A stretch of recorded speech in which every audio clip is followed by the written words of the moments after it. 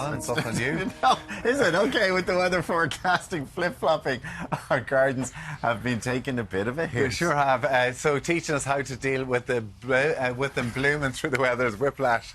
Or whatever. Anyway, garden expert Brian Burke is with us. Good morning to you, Brian. Great to have you with us. How are you, Alan? How are things? Good morning. Listen, with the weather, it's been so interchangeable. We've had a big stretch of dry weather and then all of a sudden just poured for a couple of days. Yeah. It's hard to know what to do with our plants at the moment. Absolutely. The weather's been very erratic. It's monsoon 1 minute, like you say, and then we get these long, dry periods. But what you do is determined primarily and to a large degree by whether your plants are in pots and containers or whether they're in the ground, you know. So plants in pots and containers are entirely dependent upon what we give to them because they don't have any access to groundwater. Oh, yes. Plants that are in the ground are well established, have more developed root systems, have more lateral roots, more tap roots, they can access more groundwater. So don't worry as much about them. Exactly. Only in the initial period of establishment, the first 6 months or so of new planting going into the ground, you need to manage them a little bit. But beyond that, they should be able to sustain themselves and look after themselves. And where plant pots, you do need to feed them and water them? Absolutely. Feed them and water them. And again, there's simple ways of testing, like the simple finger test, you know. Right. Finger into the pot about an inch down. Yeah. And if your finger comes back out nice and moist,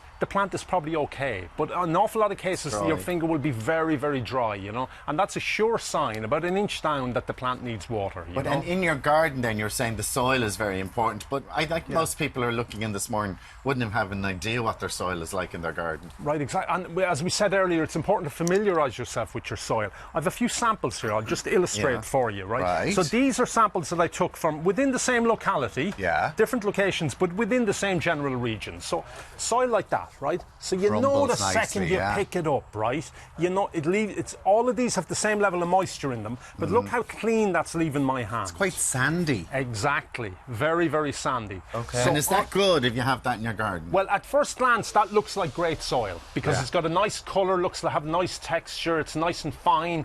But what that's going to do, because it's so sandy, it's going to leach all that water and nutrients right down through it. It's not going to be able to hold on to much, so then you go on to this one. This you go on to this. Now pick up a handful of that. Now squeeze that. Yeah. See the way it clumps? Clumps, okay. Right, so there's a lot more clay in that, right? So that's much more capable of holding on to water.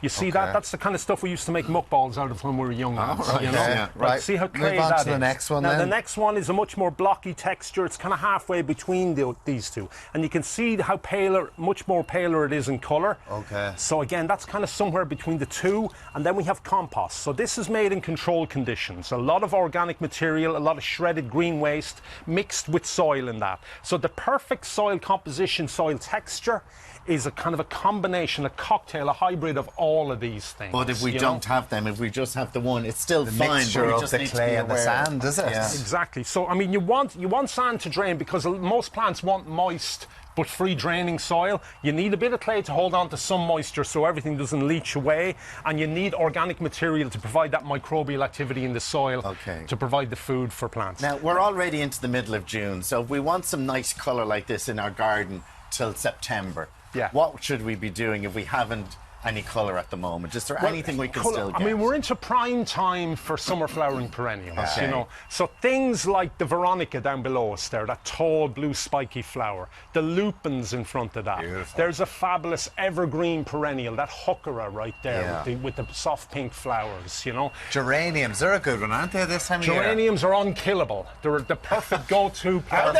Don't say that, I'll be buying geraniums. Oh, they're brilliant. You just deadhead them. Isn't that right? For the novice gardener, geraniums are an absolute great entry point. I got these, and they're actually blooming in my garden at the moment. What are these? Those are petunias. Petunias. They're a real staple of window boxes, pots and containers, patio planting. You can get a trailing variety of those that'll cascade down over a pot, look fabulous. Can you give us one tip going into this period of summer with the intermittent weather? What would you give us? Intermittent weather. Get to know your soil, right? It'll pay dividends. You know, there's no point going into a garden centre spending hard-earned money on plants, coming home, putting it into poor soil. Familiarise yourself with the soil, amend it as necessary. Don't plant too high, don't plant too low, and water liberally. Woody's expert, Brian Burke, thank you so much. For that. Thanks so much. We hope you have a lovely day. Sorted. We'll be back here tomorrow morning Enjoy at 7 a.m. Have a good one. Bye. Let's go.